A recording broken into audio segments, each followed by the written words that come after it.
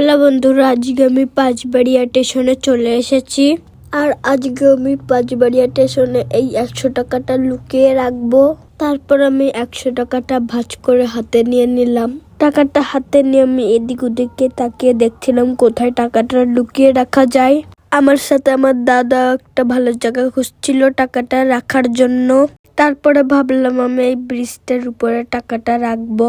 তারপরে আমি ব্রিজটার উপরে দৌড়ে উঠে পড়লাম। 1 মিনিট হাঁটার পর আমি ব্রিজের উপরে চলে এসেছি আর 100 টাকাটাও নিয়ে এসেছি। এখন আমি টাকাটা ভাঁজ করে নিলাম আর টাকাটা আমি টিনের এক ফাঁকায় রেখে দিলাম।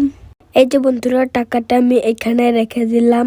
বন্ধুরা, তোমাদের যদি পছন্দের স্টেশন থাকে তোমরা সবাই কমেন্ট করে জানাবা, আর আমি ওই স্টেশনে গিয়ে টাকা লুকিয়ে রেখে আসবো।